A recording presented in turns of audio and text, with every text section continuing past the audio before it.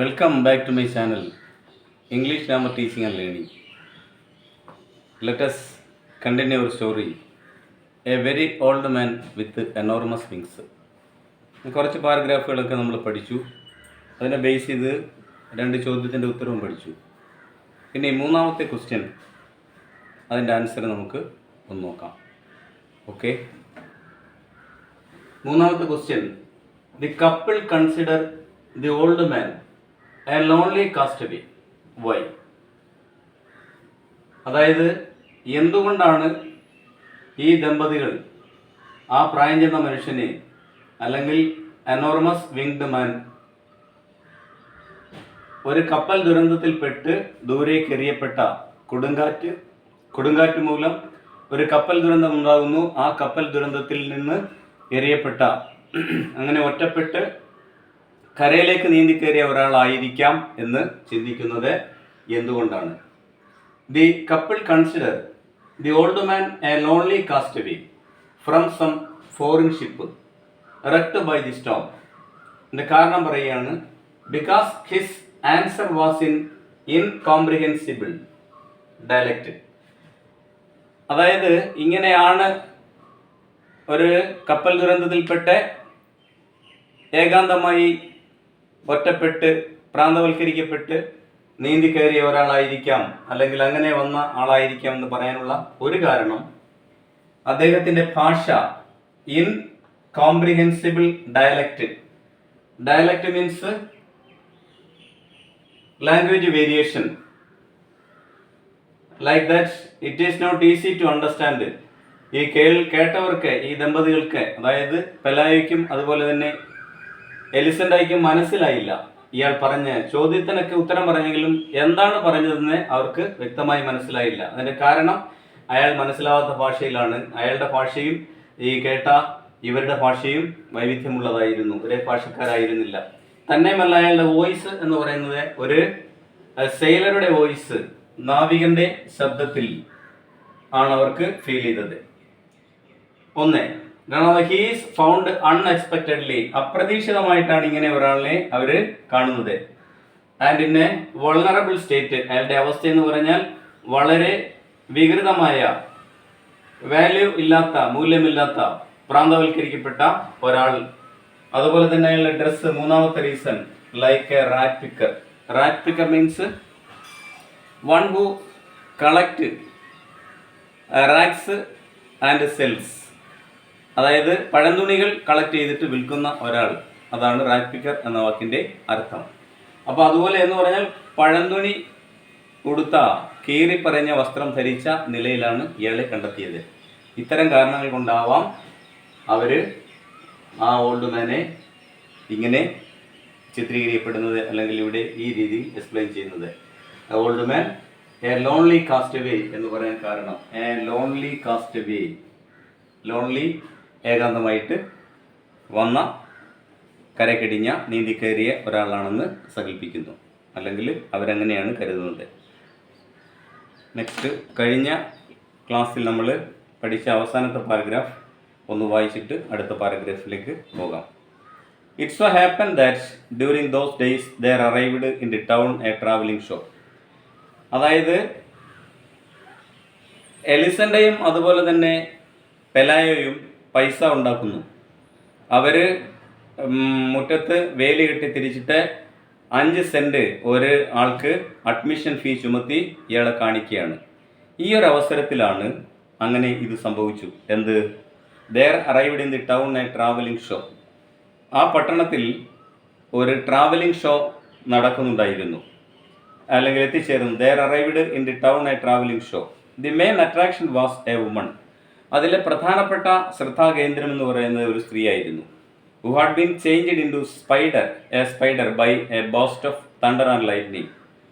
ഒരു മാസ്മരികത പോലെ, അല്ലെങ്കിൽ ഒരു മജീഷ്യൻ കാണിക്കുന്ന രീതിയിൽ ഇവർ എന്ത് ചെയ്യുന്നു?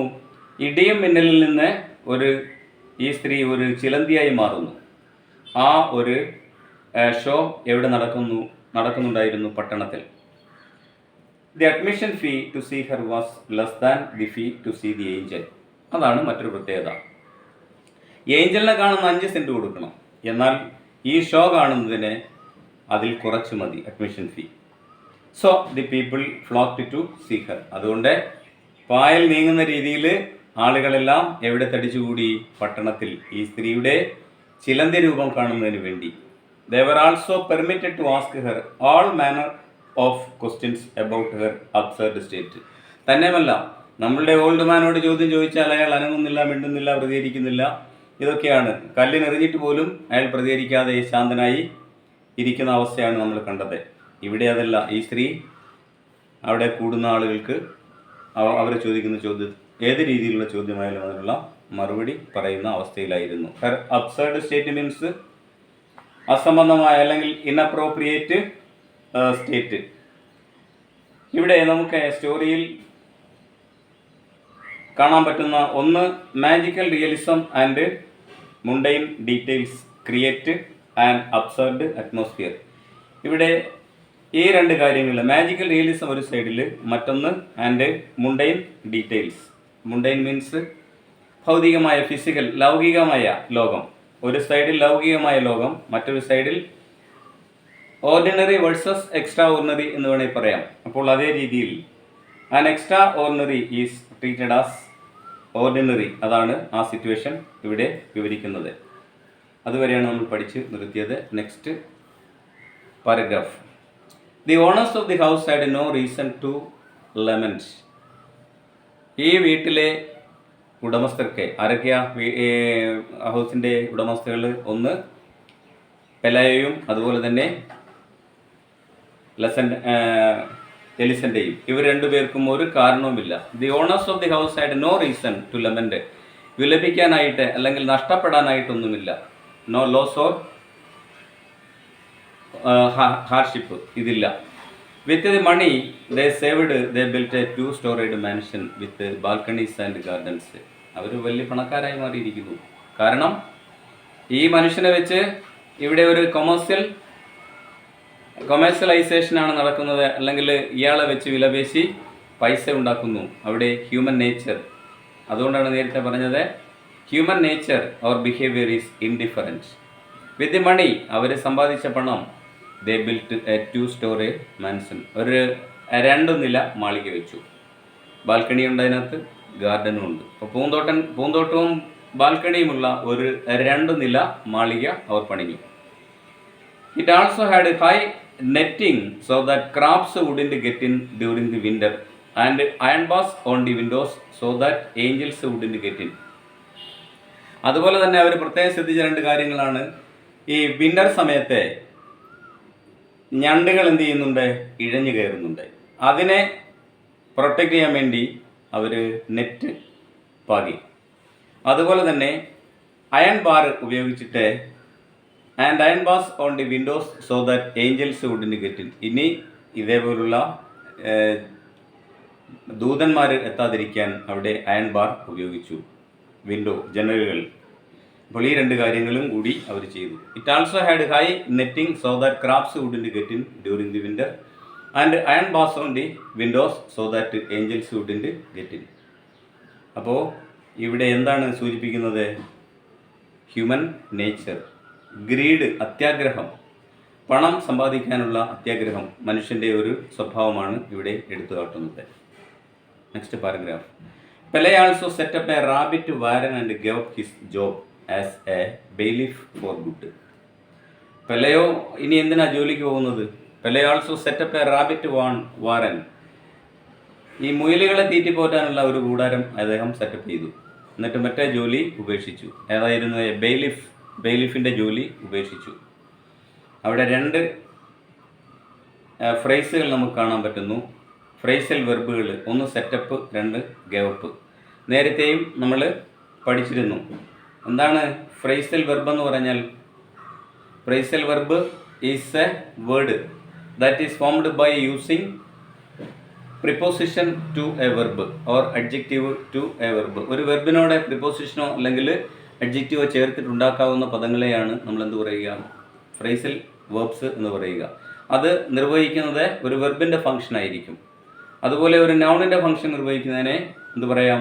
നൗൺ ഫ്രേസ് എന്ന് പറയാം. ഇവിടെ വെർബൽ ഫ്രേസ് സെറ്റപ്പ് നമ്മൾ പറഞ്ഞു. അതുപോലെ give up get up, set up, put up, make up, look up, call up, ഇങ്ങനെ ധാരാളം ഫ്രേസുകൾ കഴിഞ്ഞ ക്ലാസ് ഞാൻ എക്സ്പ്ലെയിൻ ചെയ്ത് കഴിഞ്ഞതാണ്. ഓക്കെ, അങ്ങനെ ഇയാൾ ബെയിലിഫിൻ്റെ ജോലി ഉപേക്ഷിച്ചു. ഇനി റാബിറ്റുകളെ തീറ്റിപ്പോറ്റുന്ന അതിനുള്ള ഒരു സെറ്റപ്പും ഉണ്ടാക്കി. അത് ആരുടെ കാര്യം? പെലയോ അയാളുടെ ജോലി ഈ രീതിയിലേക്ക് മാറി. ബെയിലിഫിൻ്റെ ജോലി രാജിവെച്ച് rabbit warren and gave up his jobs as a bailiff for good. Elisenda bought some satin pumps with high heels and many dresses of iridescent silk. Elisenda ആ സമയത്ത് എന്താ ചെയ്തത്? കുറച്ച് satin pumps means high heeled shoes made from satin fabric. Satin fabric കൊണ്ടുണ്ടാക്കിയ ഉയർന്ന ഉപ്പൂറ്റി പൊങ്ങിയ ചെരുപ്പുകൾ. To show her luxury and vanity. Luxurious fabric, natural protein fibre, a type of shoe. അത്തരത്തിലുള്ള ഒരു ഷൂസ് വാങ്ങിച്ചു. With high heels and many dresses of iridescent silk. Iridescent എന്ന് പറഞ്ഞാൽ very very smooth type of cloth, sweet and colour changing in the bright light. അതായത് തിളങ്ങുന്ന വെളിച്ചത്തിൽ ഇപ്പോഴത്തെ നിറമായിരിക്കത്തില്ല അങ്ങോട്ടൊന്ന് തിരിയുമ്പോൾ ഉണ്ടാകുന്നത്. അത്തരത്തിലുള്ള കുറേ ഡ്രസ്സുകളും വാങ്ങിച്ചു. അപ്പോൾ രണ്ടുപേരും ഇങ്ങനെ പണക്കാരായി മാറി. അവർ 2 നില വീട് വെച്ചു വിത്ത് ബാൽക്കണീസ് ആൻഡ് ഗാർഡൻ. പിന്നീട് റാബിറ്റ് വാരൻ ബെയിലിഫിൻ്റെ ജോലി ഉപേക്ഷിച്ചു. എലിസൻഡ എന്ത് ചെയ്തു? Satin pumps with high heels and many dresses of iridescent silk. Elisenda bought some satin pumps with high heels and many dresses of iridescent silk. Then the chicken coop was the only thing that didn't receive any attention. ഒരു ശ്രദ്ധയും കിട്ടാത്ത ഇപ്പോൾ ഏക വസ്തു എന്ന് പറയുന്നത് ആ chicken കൂപ്പാണ്. കോഴിക്കൂടിന് ആരും ഒരു ശ്രദ്ധയും കൊടുക്കുന്നില്ല. The chicken coop was the only thing that didn't receive any attention. The dung heap stench from the coop was turning the new house into an old one.